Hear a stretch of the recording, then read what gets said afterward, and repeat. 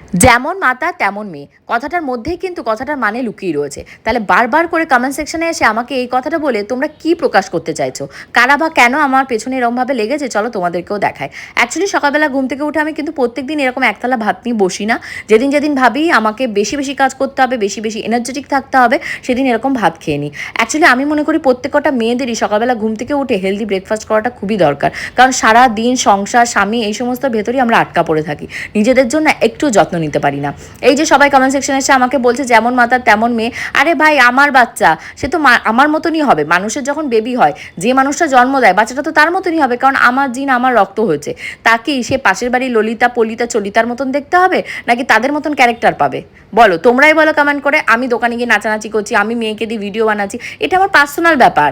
এটা সোশ্যাল মিডিয়ার প্ল্যাটফর্ম, তোমরাও আসো, তোমরাও কাজ করো, এটা একটা ওপেন প্ল্যাটফর্ম। এটা এরকম নয় আমার বাবারও নয় তোমার বাবারও নয়। তোমার ক্ষমতা থাকলে তুমি করে দেখো, আমার ক্ষমতা আছে আমি করে দেখাচ্ছি। নাকি আমার সব থেকে বড় অপরাধ এটাই যে আমি স্বামী সংসার সমস্ত কিছু সামলে, সুন্দরভাবে সামলে, আমি আমার এই যে বিজনেসটা রয়েছে সোশ্যাল মিডিয়া, সেটাকে ঠিকভাবে এগিয়ে নিয়ে যাচ্ছি, নাকি আমি এগিয়ে যাচ্ছি কিছু লোক পিছিয়ে পড়ছে বলে তাদের জ্বলুনি পুরুনি হচ্ছে?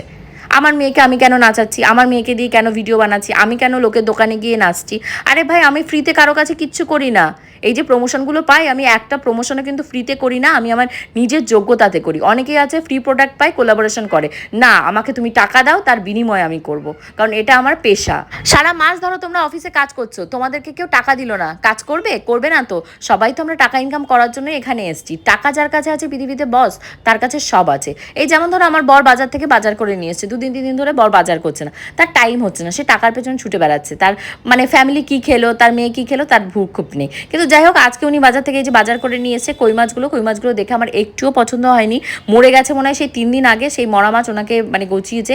আর ডিম মনে হয় 3 কিলো ডিম ওর পেটের ভেতরে ভরা রয়েছে, আর একটুও মাছের গায়ে টেস্ট নেই, কিচ্ছু নেই। কীভাবে যে রান্না করবো আমার মাথা মনে হচ্ছে কি দেয়ালে ঠুকি। তারপরে এই যে মাছ টাছগুলো কেটেছি, চিংড়ি মাছ বাজার থেকে কাটিয়ে নিয়ে আসিনি, যদিও আমি মাছ টাছ পুরোই কাটতে পারি, কিন্তু ছায়ের অভাব।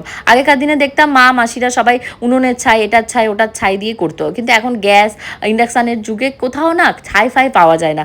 চায়ের দোকান, এর দোকান, ওর দোকান থেকে মানে ধার করে আনতে হয়, তাও আমার বর কোথাও জায়গা থেকে ধার করে আনে না। তার জন্য মাছ কাটা আমি বাড়িতে তুলেই দিয়েছি, নাহলে মাছ টাছ কেটে রান্নাবান্না করতে আমার ভীষণই ভালো লাগে। বিশেষ করে আমি সবসময় বলি সংসারের কাজকর্ম করতে করে রেখে যেটুকু টাইম আমি পাই এক্সট্রা, সেইটুকু টাইমই আমি সোশ্যাল মিডিয়াতে ইনভেস্ট করি।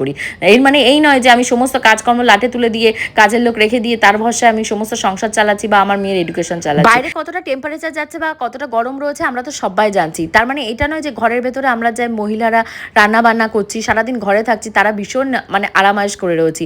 মানে ভাবো তো, বাইরে এরকম টেম্পারেচার আর এরকম গ্যাসের পাশে দাঁড়িয়ে রান্না